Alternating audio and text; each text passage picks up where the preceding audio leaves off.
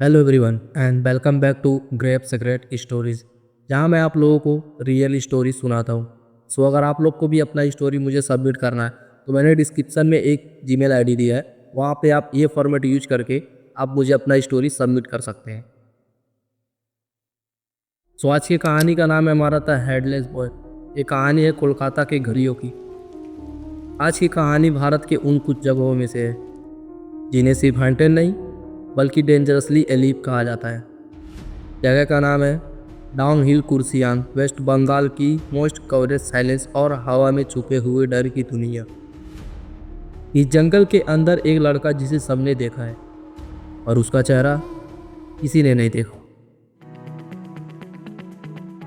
ये कहानी real incident और लोकल फॉरेस्ट गार्ड के बयानों पर आधारित है और आज मैं आपको लेकर चलूँगा उस रास्ते पर जहाँ पेड़ भी आपकी तरफ देखने लगते हैं और हवा आपकी सांस रुक जाने का इंतज़ार करती है।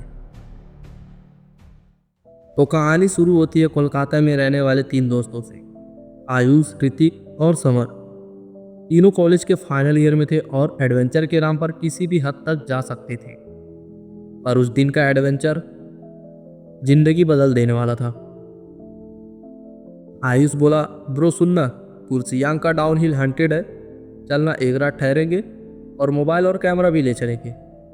ऋतिक बोला, पागल है क्या, वहाँ जिन भूत पता नहीं क्या क्या दिखता है। समर बोला, अरे डरने की क्या बात है, लोग तो बड़ा चढ़ाकर बोलते ही हैं, चल हम घूम के आते हैं। तीनों ने सोचा एडवेंचर है, मज़ा आएगा, पर उन्हें नहीं पता कुर्सियांग उन्हें देखकर मुस्कुरा रहा था, क्योंकि हर विजिटर वापस नहीं आता वैसा जैसा गया था। फरवरी की ठंडी शाम थी। तीनों कुर्सियांग की तरफ ड्राइव कर रहे थे। पहाड़ों की घुमावदार सड़क और सड़कों पर सिर्फ धुंध, इतनी घनी कि कार की हेडलाइट भी धुंध को काट नहीं पा रही थी। आयुष बोला, गाइस ये धुंध इतनी ज़्यादा क्यों है? समर मजाक की आवाज़ में बोला, यही तो हॉरर वाइब है। लेकिन वहाँ जो वाइब थी वो मजाक नहीं थी। जैसे ही कार डेथ रेड पे पहुंची, वो रास्ता जो डाउन हिल जंगल के किनारे गुजरता है, कार का इंजन खुद ब खुद धीमा होने लगा। ऋतिक बोला, अबे ये क्या हो रहा है? उन्होंने स्पीड बढ़ाने की कोशिश की पर कार सिर्फ 20 किलोमीटर पर आवर ही अटकी रही, जैसे कोई पीछे से पकड़कर रोक रहा हो। और पहली बार उन्हें महसूस हुआ कि कोई उन्हें वेलकम नहीं कर रहा, कोई उन्हें वार्निंग दे रहा था। रात 8 बजे वो पहुंचे विक्टोरिया बॉयज स्कूल के पास। इस स्कूल के बारे में लोकल्स कहते हैं कि छुट्टियों में इस स्कूल के बच्चों के कदमे की आवाज़ आती है, कभी कभी किसी क्लासरूम से खिड़की खुलने की आवाज़ और कभी किसी के हंसने की। सवर बोला, चल पहले स्कूल एरिया देखते हैं, प्रसिद्ध है। स्कूल पूरी तरह अंधेरे में डूबा हुआ था। चारों तरफ हवा के अलावा कोई आवाज़ नहीं, और अगर आप दिल से सुनते तो आपको हवा के नीचे किसी और चीज़ की आवाज़ भी सुनाई देती। ऋतिक बोला, गाइस कोई आवाज़ आ रही है, लगता है अंदर कोई है। उन्हें लगा कोई कैट या डॉग होगा, और वहाँ कोई जानवर नहीं थे।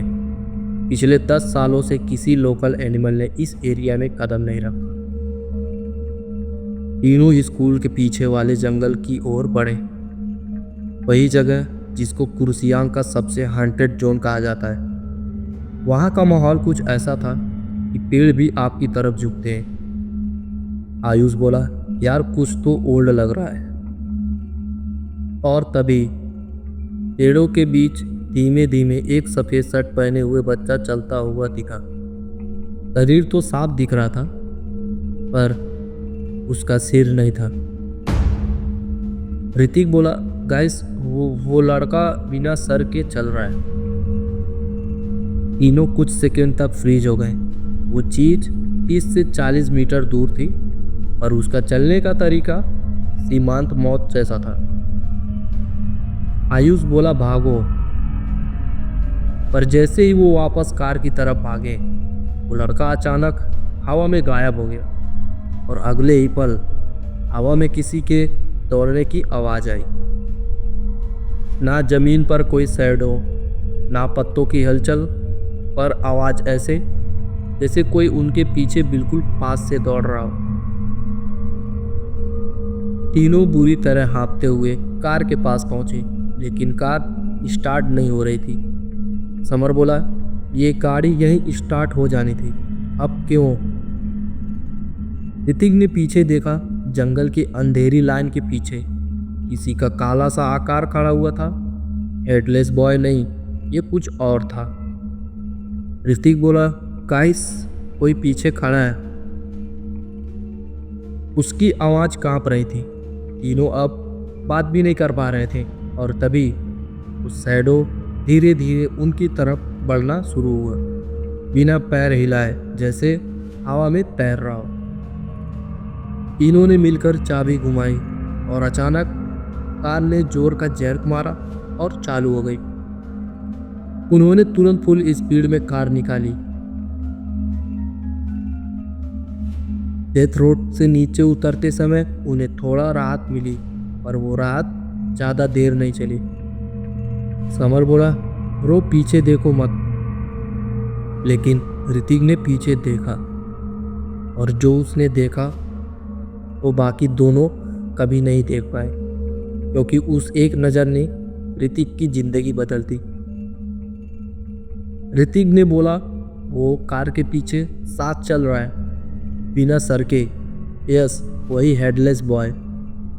30 से 40 किलोमीटर पर आवर की स्पीड से चलती कार के पीछे बिल्कुल पास, बिना सर हिलाए, बिना आवाज़ किए, जैसे उसे ग्रेविटी की ज़रूरत ही नहीं। आयुष जोर से बोला, क्या करें? ऋतिक की आंखों से आंसू बहने लगे। उसने कहा, वो मुझे देख रहा है, बिना सर के भी। मुझे फील हो रहा है वो मुझे देख रहा है। कार जैसे ही एक शार्प टर्न पर पहुंची, वो आकृति अचानक गायब हो गई और सड़क फिर से नॉर्मल लगने लगी। धीरे धीरे उन्होंने सुरक्षित जगह पहुंचकर वहीं गाड़ी रोक दी। तीनों एक लोकल गेस्ट हाउस में ठहरे। तीनों कमरे में चुपचाप बैठे हुए थे। किसी में इतनी हिम्मत नहीं थी कि जो देखा वो दोबारा जुबान पर ला सके। समर बोला, गाइस, हम लोग बचे कैसे? ऋतिक बस एक कोने में बैठा स्टार कर रहा था, बिना पलक झपकाए, जैसे वो अभी भी कुछ देख रहा हो। और तब पहली बार आयुष ने देखा कि ऋतिक की आंखें सामान्य से ज़्यादा लाल थी, जैसे रात भर रोया हो या जैसे किसी ने उसकी आंखें पकड़कर दबाई हो। आयुष बोला, ऋतिक, तू ठीक है ना?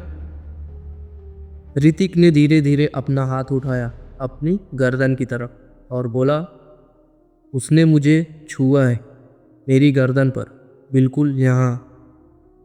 आयुष और समर ने रोंगटे खड़े हो गए। ऋतिक की गर्दन पर छोटी छोटी उंगलियों जैसी लंबी पतली काली मार्क्स दिख रही थी। रात के 2:17 पर अचानक एक आवाज़ आई, टॉक टॉक टॉक। गेस्ट हाउस के हॉल में किसी के चलने की आवाज़, लेकिन कमरे के बाहर कैमरा लगाने पर पता चला वहाँ कोई नहीं था। समर बोला, अब ये क्या हो रहा है? इसी बीच ऋतिक ने फुसफुसाकर कहा, वो आ गया। कमरे की खिड़की के पर्दे हवा में हिल रहे थे, जबकि खिड़की बंद थी। हवा नहीं चल रही थी और तभी पर्दों के पीछे एक छोटी सी आकृति दिखाई दी। उसका टैरसो दिख रहा था, पर सिर नहीं, जैसे वो पर्दे के पीछे खड़ा हो और धीरे धीरे करीब आ रहा हो। आयुष ने बोला, खिड़की मत खोल, पर ऋतिक ने खिड़की खोल दी और जैसे ही उसने खोला, वो लड़का बाहर नहीं था और उसकी छाया दीवार पर साफ दिखाई दे रही थी। अगली सुबह वो कोलकाता वापस जाने का फैसला करते। तीनों बदहवास थे, और असली झटका तो तब लगा। समर बोला, ऋतिक कहाँ है? रूम खाली था, उसका बैग, उसका फ़ोन सब वहीं, पर ऋतिक नहीं। गेस्ट हाउस ओनर ने बताया सुबह 4 बजे लड़का रोड की तरफ भागता हुआ दिख रहा था। तीनों ने सड़क पर ऋतिक को ढूंढा और लगभग 2 किलोमीटर दूर डाउनहिल जंगल के गेट के पास ऋतिक खड़ा मिला। बस खड़ा, बिना पलक झपकाए, जैसे किसी का इंतजार कर रहा हो। आयुष ने चिल्ला के बोला, ऋतिक चल, यहाँ क्या कर रहा है? ऋतिक ने धीरे से कहा, वो मुझे मिलने आएगा, वो मुझे वापस बुला रहा है। आयुष और समर ने उसे पकड़कर कार में बैठाया और कोलकाता वापस ले गए। उस दिन के बाद ऋतिक कभी नॉर्मल नहीं रहा। वो रात में अचानक उठकर जंगल की तरफ देखता और उसकी गर्दन के वही काले निशान धीरे धीरे गहरे होते जा रहे थे। लोकल फॉरेस्ट गार्ड ने बताया, डाउनहिल का ये हेडलेस बॉय कोई इंसान नहीं, वो एक आत्मा है जो वहाँ दशकों से भटक रही है। कहते हैं वो एक स्टूडेंट था जिसका मर्डर हुआ था। किलर ने उसका सर अलग कर दिया था और बॉडी जंगल में फेंक दी थी। उसकी आत्मा अभी भी वहीं रास्ता चलती है जहाँ वो आखिरी बार चला था, और जो उसे देख ले उसकी ज़िंदगी भी उसी रास्ते पर खींचने लगती है। आज लगभग 3 साल हो चुके हैं उस एक्सीडेंट को। आयुष और समर आगे बढ़ गए, पर ऋतिक कभी ठीक नहीं हुआ। वो रात में उठकर कहता है, वो आएगा। वो आ गया। और शायद आज भी डाउनहिल के उस घने जंगल में कोई बच्चा बिना सिर के अभी भी चलता है, किसी की खोज में, किसी को अपने साथ ले जाने के लिए। सो गाइस, ये था हमारा हेडलेस बॉय का स्टोरी। तो अगर आप लोग को ये स्टोरी पसंद आए तो चैनल को सब्सक्राइब करके बेल आइकन को ऑन कर लो, ताकि हमारा नोटिफिकेशन सबसे पहले आप तक पहुंचते रहे। लाइक और कमेंट करना ना भूलें। और हाँ, ध्यान से, आप अगर आपके पास कोई भी स्टोरी है तो आप जीमेल करके मुझे जीमेल कर सकते हैं। धन्यवाद।